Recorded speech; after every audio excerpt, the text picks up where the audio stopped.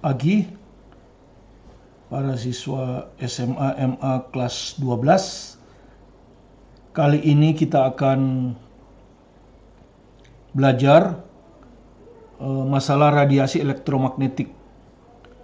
Karena materi yang diberikan di radiasi elektromagnetik ini kebanyakan hanya berbentuk teori dan kalau ada hitungan juga singkat, maka pola yang saya lakukan saat ini adalah pola soal jawab dan sedikit ada rangkuman teori supaya lebih mengena daripada kita menjelaskan teori saja bisa ngantuk nanti. Oke, semua soal dari buku ini diambil dari Penuntun Belajar Fisika Teori dan 1221 soal ya. Yang kelas 12 sekarang ini saat sedang diperiksa, mungkin bulan Desember nanti baru bisa jadi buku. Yang sudah akan terbit yang kelas 11, kelas 10 sudah terbit ini ya. Jadi berisi banyak buku, jadi kalau Anda perlu untuk menghadapi ujian ya buku itu sangat diperlukan. Adapun teorinya biasa kita ambil dari buku pelajaran ya. Buku pelajaran fisika ya. Yang ini ya, yang buku pelajaran fisika yang ini. Oke, saya mulai saja. Tapi sebelumnya bagi yang baru berkunjung atau belum subscribe, silahkan kalau mau di subscribe supaya Anda tidak tertinggal dengan materi-materi yang hampir kami load tiap hari, materi kelas 10, 11, dan 12, matematika, fisika, dan kimia, dan juga untuk mendukung kami supaya bisa terus menyediakan pembelajaran. Oke, kita mulai dengan soal pertama. Yang dapat membangkitkan gelombang elektromagnetik adalah A. Sebuah muatan yang diam, B. Sebuah partikel tak bermuatan, C. Sebuah muatan yang dipercepat, D. Sebuah muatan yang bergerak dengan kecepatan tetap. E. Keduanya C dan D benar. Ya, ini jawabannya hanya satu pilihan yang benar ya. Nah, kalau Anda nanti belajar bahwa muatan yang diam itu akan menghasilkan medan listrik. Jadi Anda sudah belajar di listrik statik ya, muatan yang diam itu menghasilkan medan listrik. Tetapi tidak menimbulkan medan magnet. Ya, tidak menimbulkan medan magnet karena muatan yang diam tidak menghasilkan arus listrik. Ya. Sedangkan medan magnet itu dihasilkan oleh arus listrik. Ya. Nah, partikel tak bermuatan misalnya neutron, ya baik dia diam atau bergerak tidak akan menimbulkan medan listrik dan juga tidak akan apalagi medan magnet. Ya. Kemudian muatan yang bergerak dengan kecepatan tetap. Ya, kalau muatan yang bergerak dengan kecepatan tetap itu akan menimbulkan medan listrik. Ya, dan medan magnetik yang konstan. Jadi besarnya tidak berubah-ubah. Ya, jadi tetap karena itu dia tidak merambat. Sehingga sedangkan gelombang itu kan harus merambat. Sehingga tidak membangkitkan gelombang elektromagnetik. Medan listrik, medan magnet ada tapi tidak merambat. Sehingga tidak akan membangkitkan gelombang elektromagnetik. Nah, bagaimana kalau muatan itu dipercepat? Ya, Anda sudah tahu di arus bolak-balik medan listrik itu bisa berbentuk sinusoidal kan? Nah, medan listrik sinusoidal yang berubah-ubah, gitu. Menurut persamaan Maxwell, ya E yang berubah-ubah akan menimbulkan medan magnet yang juga sinusoida. Nah, akibatnya apa? Medan magnetik yang sinusoida ini juga akan menimbulkan E yang berubah-ubah. Demikian seterusnya. Ya, jadi E yang berubah-ubah menghasilkan B yang berubah-ubah, B yang berubah-ubah menghasilkan E yang berubah-ubah. Akhirnya mereka merambat, melintasi ruang, sehingga terjadilah gelombang elektromagnetik. Ya, jadi jawaban yang benar adalah C. Ya, jadi jawaban yang benar adalah jawaban C. Ya, jawaban yang ini. Ya, sebuah muatan yang dipercepat. Jadi yang dapat membangkitkan gelombang elektromagnetik adalah sebuah muatan yang dipercepat. Kita ke soal nomor 2. Ya, ini idem. Ya, diambil dari ini Penuntun Belajar Fisika kelas 12. Ya. Suatu gelombang elektromagnet merambat ke timur. Ya. Merambat ke timur.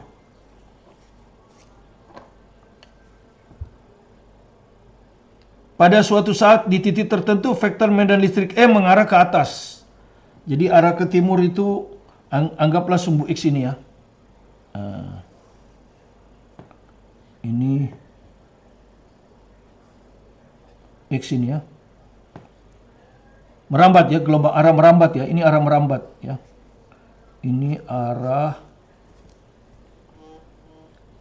rambat ya, arah merambat gelombang elektromagnetik ya.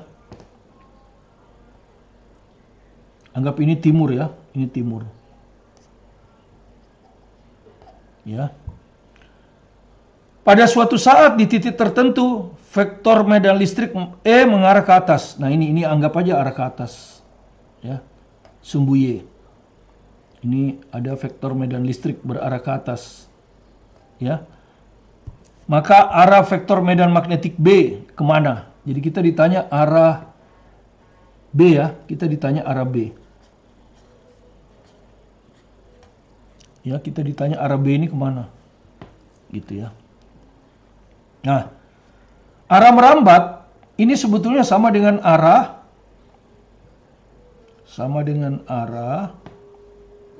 vektor medan listrik di cross dengan vektor medan magnet. Gitu. Itu arah merambat. Ya. Karena menurut gelombang elektromagnetik seperti ini ya. Kalau ini sumbu X. Gelombang elektromagnetik adalah gelombang yang dibentuk dari getaran medan listrik. Jadi kalau ini getaran medan listrik begini. Di sini begini kan. Di bidang YOX ya, dia di bidang YOX. Gini kan. Nanti begini lagi begitu ya. Dan seterusnya. Sedangkan ini getaran medan listrik yang mewakili getaran medan listrik. Maka getaran medan magnet yang ditimbulkannya ada di bidang XOZ. Ya, jadi dia akan ada di XOZ. Kalau medan listrik itu di XOY. Dia akan begini kan. Yang biru ini ya. Dia akan begini. Nanti ini begini kan gitu. Ya. Nanti di sini begini lagi. Nanti di sini begini lagi. Ya. Ini adalah medan magnetnya. Maka dia akan merambat pada sumbu X, ya. Ini arah rambatnya. Ini arah E vektor cross B vektor atau arah rambat. Ya. Jadi getaran gelombang elektromagnetik itu adalah gelombang yang getaran berasal dari getaran medan listrik dan getaran medan magnet yang saling tegak lurus dan keduanya tegak lurus terhadap arah rambat, yaitu gelombang elektromagnet. Jadi arah E cross B. Nah, arah E cross B ini bisa dicari dengan dua cara. Pertama bisa pakai cara IJK, ya, bisa pakai cara IJK yang sudah kita ajarkan. IJK.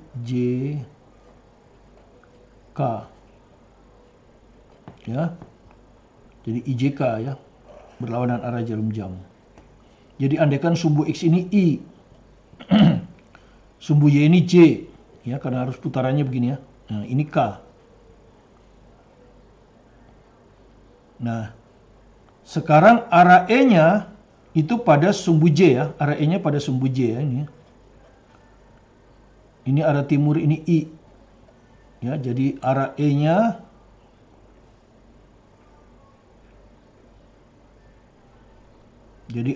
ya kalau kita di sini ya. Ini arah E. Itu sama dengan J. Ya, yang ini. Ya. Kemudian yang diketahui arah rambat. Arah rambat. Yaitu sama dengan E cross B. Itu sama dengan I. Nah, kita ditanya arah B.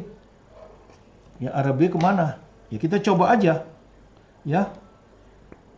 Arah E ini adalah J ya. Arah E ini J. Gitu. Cross apa sama dengan I. Jadi hasilnya itu I. Jadi hasilnya harus I. Ya, I. Maka J cross apa? J cross K tentu ya. J cross K.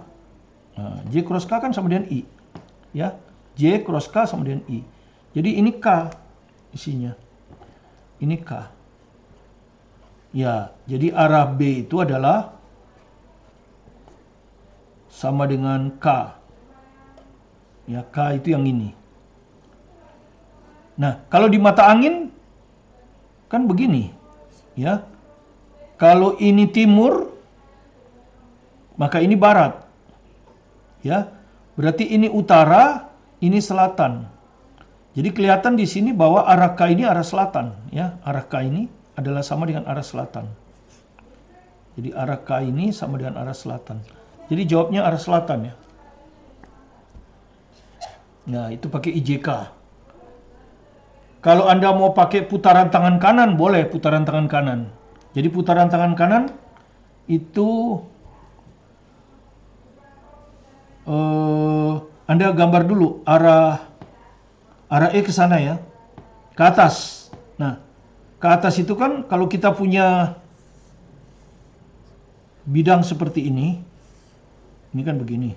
Nah, ini utara, ini selatan, ini barat, ini timur.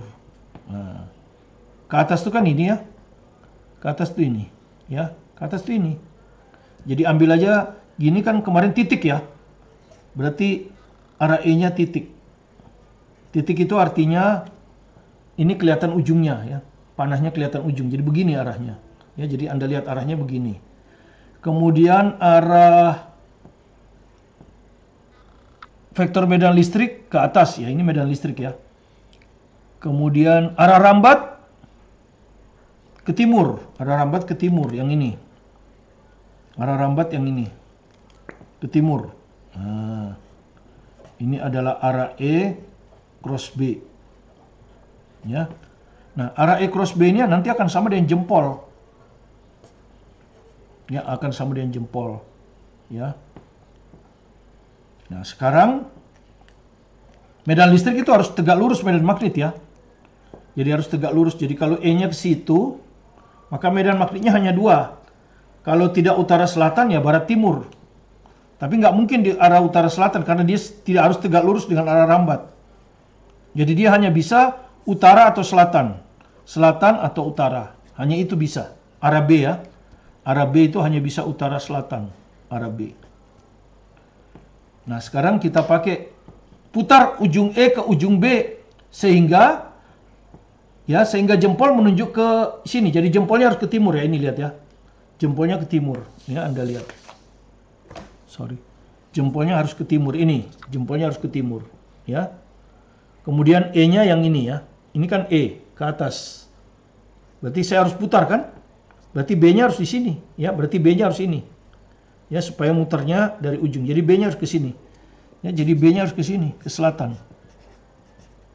Nah, sehingga kalau Anda putar nanti, ya, kalau saya putar ujung E dengan ujung B, nih, ya, ujung E itu, ini, tangan saya yang ini, ujung E, kemudian B-nya di sini, nah, maka jempol saya akan ke timur, seperti itu cara kedua, tapi lebih bagus kita pakai cara IJK ya. Oke, jadi yang penting adalah bahwa arah medan listrik, arah medan magnet, dan arah rambat harus saling tegak lurus. Itu yang penting. Jadi kalau arah E ke sana, arah B ke sini, maka arah merambat ke sana. IJK. Oke. Kita lanjut ke soal nomor 3. Gelombang elektromagnetik merambat dalam suatu medium yang memiliki permeabilitas relatif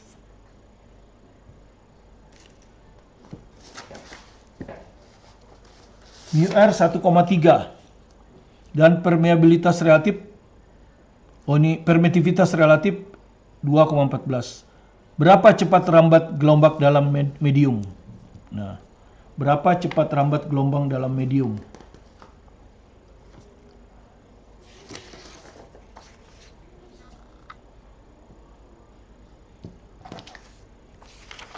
Ya, ini idem diambil dari sini juga ya. Semuanya diambil dari situ. Oke. Nah, ini teorinya. Jadi Maxwell tuh berhasil menurunkan suatu persamaan. Kita tidak kemukakan di sini karena bukan bagian dari ini. Dari persamaan yang berhasil diturunkan oleh Maxwell, dia bisa menentukan cepat rambat ya. Dia bisa menentukan cepat rambat. Game itu gelombang elektromagnetik ya. Dia bisa menentukan cepat rambat gelombang elektromagnetik dalam vakum atau udara. Ya, diberi notasi C kecil, yaitu C sama dengan 1/akar mu 0 epsilon 0. Mu 0 ini permeabilitas, epsilon 0 itu permitivitas. Ini Anda kenal di medan magnetik, ini Anda kenal di medan listrik. Hasilnya kalau dihitung ternyata 3 kali 10 pangkat 8 meter per sekon. Ya, dengan memasukkan mu 0 4pi kali 10 min 7 dan epsilon 0 8,85 kali 10 min 12. Ya. Nah, sebelumnya orang sudah tahu nilai C itu 3 kali 10 pangkat 8, yaitu dimiliki oleh cepat rambat cahaya dalam vakum. Orang sudah mengetahui sebelum Maxwell. Disinilah lahir hipotesis gelombang elektromagnetik. Jadi hipotesis ya, belum dibuktikan. Ya, karena hasil hitungan ini, maka akhirnya Maxwell menyimpulkan bahwa di alam kita ini ada gelombang elektromagnetik. Ya, yang merupakan gangguan antara getaran medan listrik dan getaran medan magnet yang saling tegak lurus dengan arah perambatan. Ya, akan ada gelombang elektromagnetik. Dan kenapa dia menyimpulkan gelombang elektromagnetik? Karena hasil yang didapatnya persis. Kalau dia masukkan besaran listrik dan besaran magnet, ketemu hasil ini.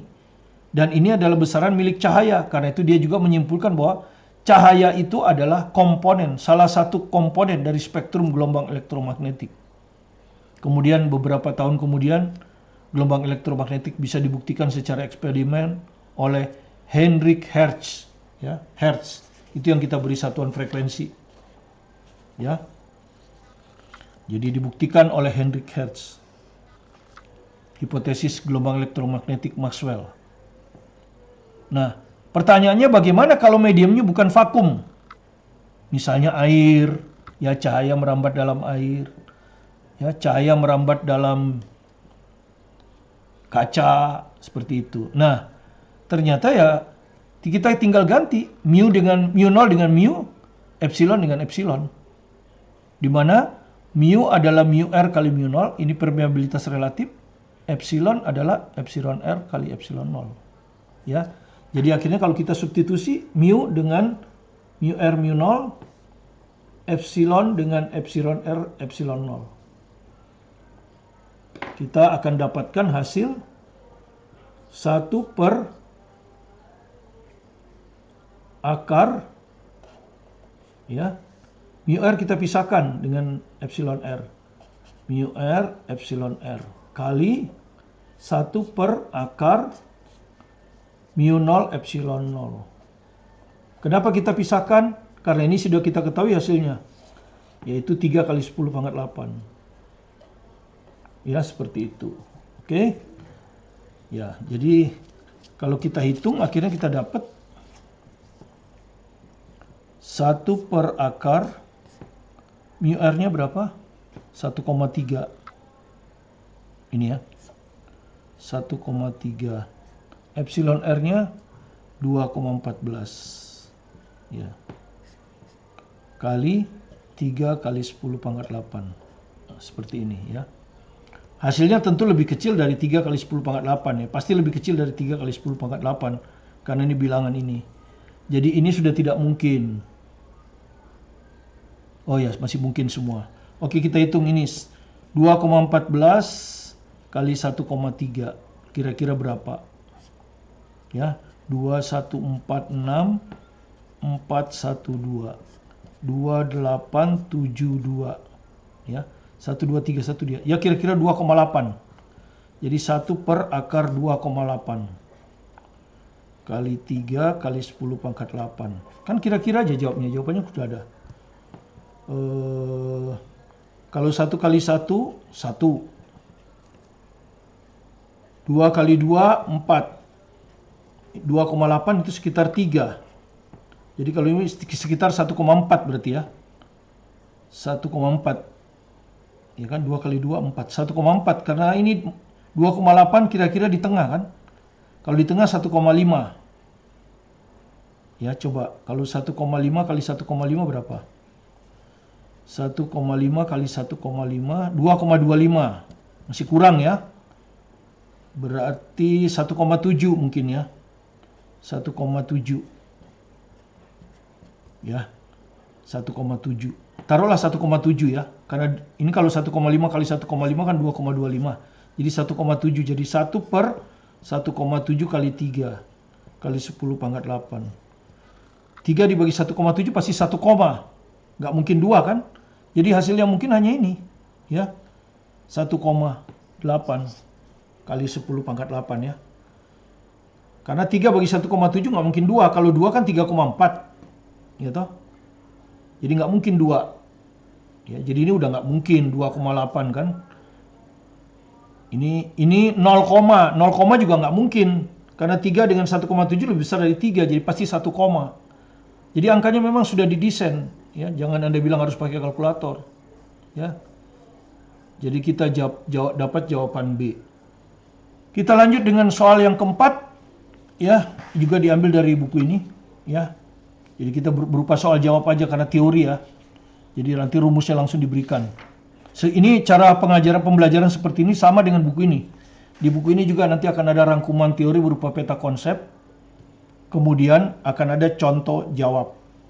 Jadi contoh jawab itu akan mengaplikasikan rumus-rumus yang ditulis plus teori yang mungkin nggak bisa ditulis di peta konsep. Ya persis seperti yang saya bawakan ini. Ya. Dalam suatu gelombang elektromagnetik di udara, jika nilai RMS medan listrik adalah 6, ya. Jadi nilai medan listrik ya, RMS. Jadi RMS-nya itu sama dengan 6. Ya. 6 volt ini. Meter min 1 medan listrik. Maka nilai puncak medan magnet. Jadi yang ditanya nilai puncak dari medan magnet. Nah, teorinya begini. Energi gelombang elektromagnetik itu terbagi 2. Sama besar, ya. Separuh dalam bentuk medan listrik dan separuh lagi dalam bentuk medan magnet. Ya. Jadi kalau energinya 10 joule, 5 joule akan ke medan listrik, 5 joule lagi ke bentuk medan magnet. Tetapi nilai dari medan listrik itu jauh lebih besar dari nilai medan magnet. Jauh lebih besar. Hubungannya adalah laju rambat cahaya dalam vakum atau laju rambat gelombang elektromagnetik dalam vakum. Jadi C ini sekarang kita definisikan sebagai laju rambat gelombang elektromagnetik dalam vakum. Jadi bukan hanya cahaya. Ya, yang selain cahaya pokoknya kalau merambat dalam vakum pasti C, 3 kali 10 pangkat 8. Nah, kalau medan listrik maksimum ini kita bagi dengan medan magnet maksimum atau nilai sesaat kita bagi dengan nilai sesaat, itu C, ya. Demikian juga kalau Anda bagi dengan RMS. Pokoknya kalau RMS, B-nya juga BRMS ya. Kita sebut efektif di arus bolak-balik, RMS kita sebut efektif. Harga efektif. Nah, Anda sebelumnya udah tahu kalau gelombang medan listrik dan medan magnet sinusoida murni, maka harga rata-rata E 0, harga rata-rata B juga 0. E maksimum RMS akar 2, B maksimum BRMS akar 2. Itu Anda sudah tahu. Nah, sekarang saya tulis ya. Diketahui ERMS 6 volt. Nah, kita hitung dulu EM. Karena yang disuruh itu kan BM. Berarti kita harus hitung EM. EM tentu ERMS akar 2. Ya, RMS-nya 6. Jadi 6 akar 2. Ya. Nah, sudah itu baru kita hitung BM dengan rumus EM per BM sama dengan C. Jadi BM sama dengan EM per C. Ya. EM per C. EM-nya itu 6 akar 2. Per C-nya 3 kali 10 pangkat 8. Nah, karena di sini dalam bentuk angka, maka akar 2 itu kalau bentuk angka, kalau 1 desimal itu 1,4 ya. Kalau hanya satu angka di belakang koma, ambil aja satu angka ya. 1,4. Jadi ini sama dengan, ini akan sama dengan 6 kali 1,4 dibagi 3 kali 10 min 8. Kan gitu. Ini kan semua 10 min 8 nih. Ya, 10 min 8, 10 min 8. Jadi tinggal angka depan ini aja. Ya, 6 bagi 3 itu 2. Ya, 2.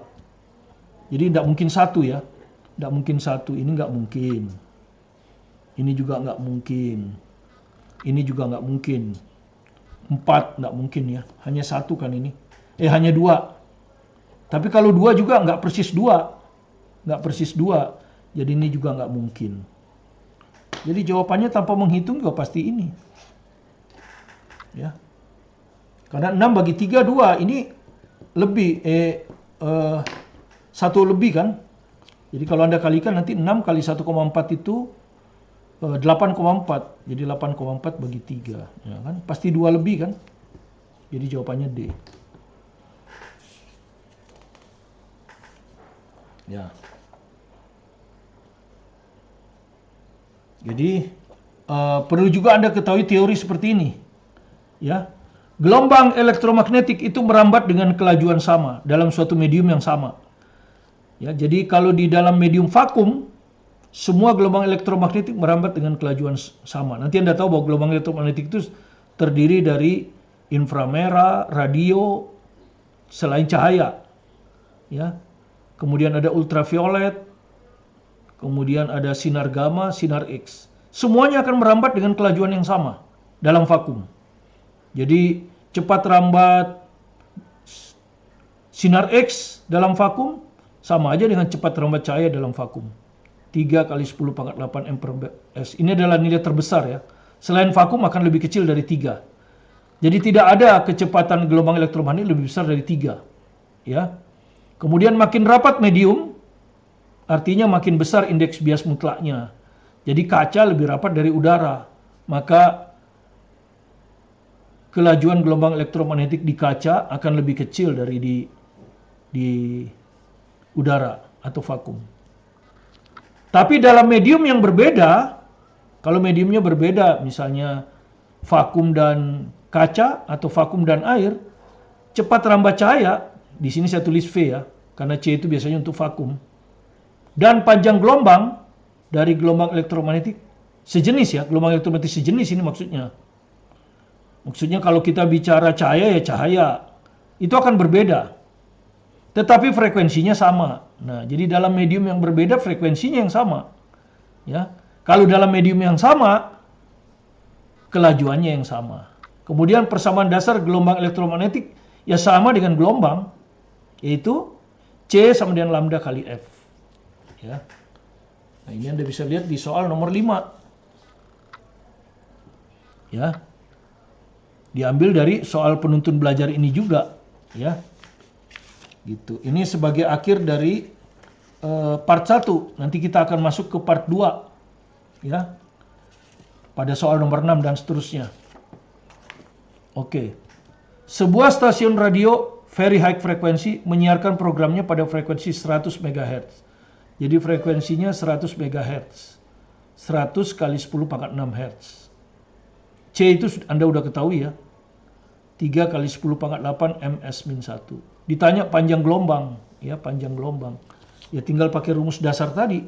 C sama dengan lambda kali F. Jadi lambda sama dengan C per F. Ya. Jadi sama dengan 3 kali 10 pangkat 8 per F. 100 kali 10 pangkat 6 ini 10 pangkat 8 ya. Jadi dibagi dengan 10 pangkat 8. Satuan internasional, meter. Nah, jadi panjang gelombang VHF adalah 3 meter. Nah, ini adalah soal pilihan ganda ya. Nanti pilihannya akan Anda lihat di situ, pilihlah yang 3 meter.